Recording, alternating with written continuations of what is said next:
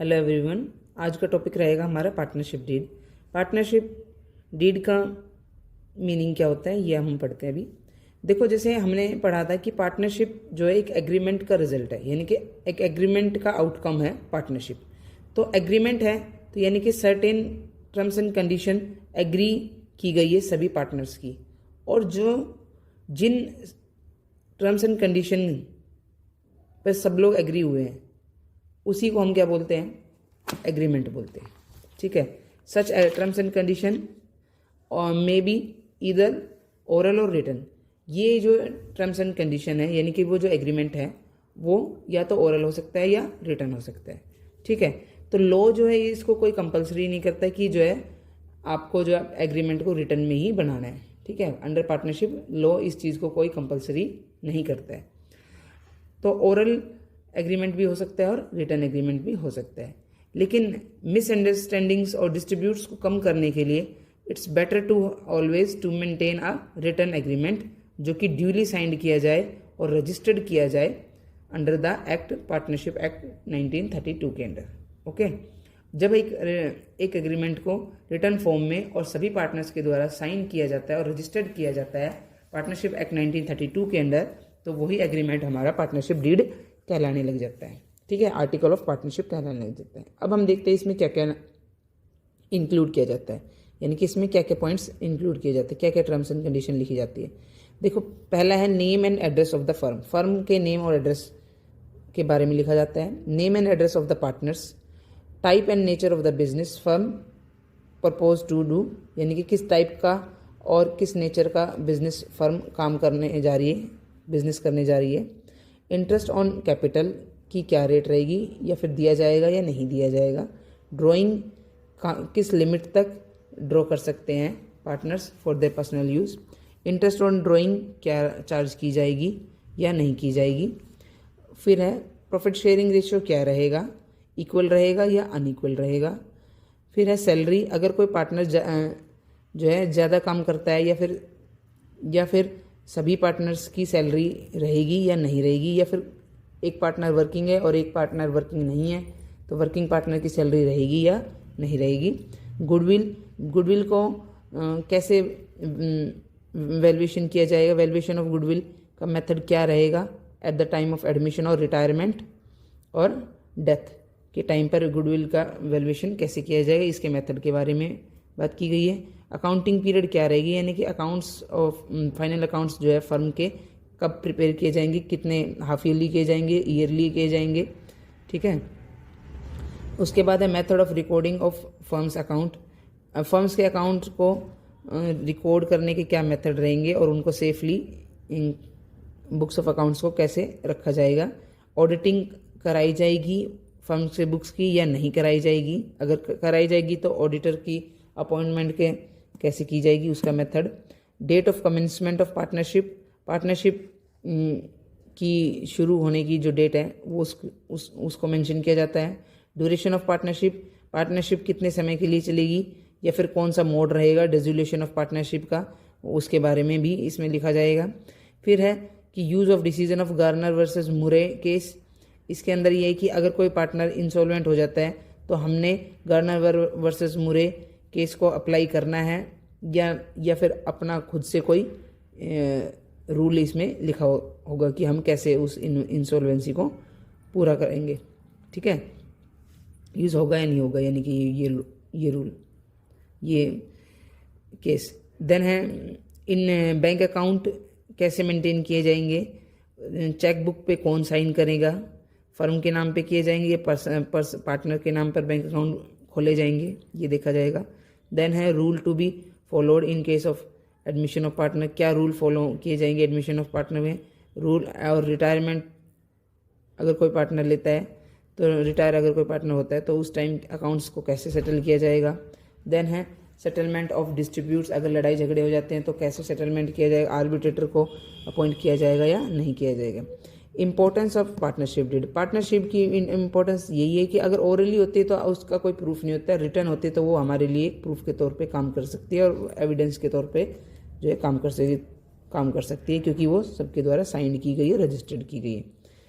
लेकिन it is not mandatory for every firm to have partnership deed in return. It is desirable to have it due to following reason. पहला कि right, duties और responsibilities हर एक partner की mention होती है, ठीक है। ऐसा कोई ज़रूरी नहीं कि हर एक फर्म जो है पार्टनरशिप डीड बनाए, ठीक है। अगर वो पार्टनरशिप डीड नहीं बनाती, in the absence of partnership deed, जो प्रोविजंस हमारे पार्टनरशिप एक्ट 1932 में गिवन है वो एप्लीकेबल हो जाएंगे। और 1932 में प्रोविजंस हमारे किस से रिगार्डिंग क्या क्या गिवन है वो अभी हम पढ़ते हैं, ठीक है। तो इम्पोर्टेंस क्या है पार्टनरशिप डीड की, अगर वो बना लेती है तो क्या इंपॉर्टेंस है। एक तो ये है कि राइट, ड्यूटीज़ और responsibility of each partner mention रहेगी। दूसरा, avoid of any misunderstanding among the partners के बीच में कोई मिसअंडरस्टैंडिंग नहीं होगी। कोई डिस्ट्रीब्यूट होगा तो उसका अकॉर्डिंग टू पार्टनरशिप डीड जो है रिजोल्व हो जाएगी, ठीक है। अच्छा, अगर मान लो पार्टनरशिप डीड नहीं बनाते, जैसे मैंने बताया कि कोई कंपलसरी नहीं है बनाना है पार्टनरशिप डीड रिटर्न, तो फिर रूल कौन से एप्लीकेबल होंगे। तो प्रॉफिट शेयरिंग रेशियो इक्वल रहेगी, इंटरेस्ट ऑन कैपिटल नहीं दिया जाएगा, इंटरेस्ट ऑन ड्राइंग नहीं लिया जाएगा, सैलरी टू पार्टनर्स के लिए कोई सैलरी नहीं होगी, इंटरेस्ट ऑन लोन, अगर किसी पार्टनर ने लोन दे रखा है फर्म को तो 6% पर एनम की रेट रहेगी। एडमिशन ऑफ न्यू पार्टनर, सभी पार्टनर्स की रजामंदी से ही पार्टनर आ सकेगा अंदर फर्म में। Each partner can participate in the conduct, और हर एक पार्टनर जो है बिजनेस कंडक्ट में पार्टिसिपेट कर सकता है। हर एक पार्टनर जो है बुक्स ऑफ अकाउंट को इंस्पेक्ट भी कर सकता है और उसकी कॉपी भी रख सकता है। तो ये प्रोविजंस हमारे जो है पार्टनरशिप एक्ट 1932 में गिवन है। In the absence of partnership deed और वर्बल एग्रीमेंट के एब्सेंस में भी, if the partnership deed is silent, तो सर्टेन पॉइंट्स हमने ये ध्यान रखने। उसके बाद रिकॉर्डिंग ऑफ पार्टनरशिप ट्रांजेक्शन्स। कैसे हम पार्टनरशिप ट्रांजेक्शन्स की रिकॉर्डिंग करते हैं ये देखते हैं। देखो, ट्रांजेक्शन पार्टनरशिप फर्म की जो रिकॉर्ड की जाती है according to the principle of double entry system के अकॉर्डिंग ही की जाती है, ठीक है। और as in the case of sole proprietorship concern, partnership firm will also prepare trading account, profit and loss account और balance sheet at the end of every year. The only difference between the accounting of sole trader and partnership firm is that profit of the partnership firm are divided among the partners. ये बस ये ध्यान रखना है कि मतलब जैसे पहले हम 11th क्लास में करते थे सोल ट्रेडिंग फर्म के लिए अकाउंटिंग करते थे, वहाँ पर हम फाइनल अकाउंट्स बनाते थे, trading account, profit and loss account और बैलेंस शीट। सेम हर एक साल यहाँ पर भी बनेगी। फ़र्क इतना है कि वहाँ पर जो है एक ही ऑनर होता था तो प्रॉफिट को बांटने की ज़रूरत नहीं होती थी, डायरेक्ट प्रॉफिट जो है उसके कैपिटल अकाउंट में ऐड कर दिया जाता था बैलेंस शीट में ही, ठीक है। और यहाँ पर जो है क्योंकि पार्टनर्स है तो प्रॉफिट जो है पार्टनर्स के बीच में बटेगा, ठीक है। यहाँ पर एप्रोप्रिएशन ऑफ प्रॉफिट होगा और उसी के लिए profit and loss appropriation account बनाया जाता है, ठीक है। ये एक अकाउंट है, ये नॉमिनल नेचर का है, ये ध्यान रखने वाला है।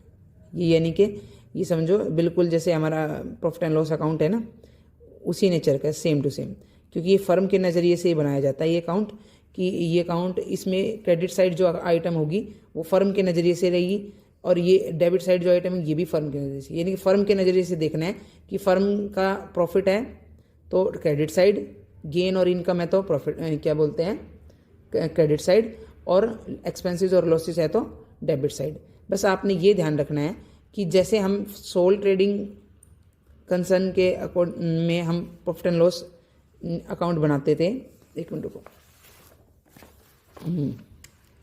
जैसे यहाँ पर हमने प्रॉफिट एंड लॉस अकाउंट बनाया था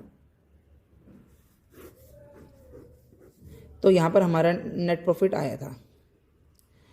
अब क्योंकि वहाँ पर तो एक ही ओनर था तो इस नेट प्रॉफिट को वो अकेला खुद ही ले जाता था, तो इसको हम सीधा क्या कर देते थे, बैलेंस शीट में कैपिटल में ऐड कर देते। लेकिन यही एक समझो ये एक तरीके से इसी अकाउंट का एक्सटेंशन ही है। यहाँ पर इस प्रॉफिट को हम पहले इस साइड ट्रांसफ़र करेंगे क्रेडिट साइड, और फिर इसको हम क्या कर देंगे बेटा, डिस्ट्रीब्यूट कर देंगे अकॉर्डिंग टू पार्टनरशिप डीड के अकॉर्डिंग इसको हम क्या कर देंगे, डिस्ट्रीब्यूट कर देंगे। इसीलिए इसका नाम भी क्या रखा गया है, profit and loss appropriation account. Appropriation का मतलब होता है डिस्ट्रीब्यूट करना, ठीक है, एप्रोप्रिएशन अकाउंट। और ये अकाउंट हमेशा याद रखना है, ये नॉमिनल अकाउंट है। दूसरा, ये फर्म के नज़रिए से ये अकाउंट बनता है। तो जब फर्म को इंटरेस्ट ऑन ड्राइंग लेना है, यानी कि फर्म के लिए वो क्या है, गेन है, इनकम है, तो वो इंटरेस्ट ऑन ड्राइंग यहाँ पर आएगी। जब फर्म को इंटरेस्ट ऑन कैपिटल देना है, यानी कि वो फर्म के लिए क्या है बेटा, खर्चा है, ठीक है, तो वो डेबिट साइड आएगी। जब फर्म को पार्टनर को सैलरी देनी है तो सैलरी टू पार्टनर्स, तो भी डेबिट साइड आएगी। जब फर्म को कमीशन देना है पार्टनर्स को, तो कमीशन भी यहाँ आएगा, ठीक है। फर्म को जनरल रिजर्व में ट्रांसफ़र करना है तो भी यहाँ आएगा।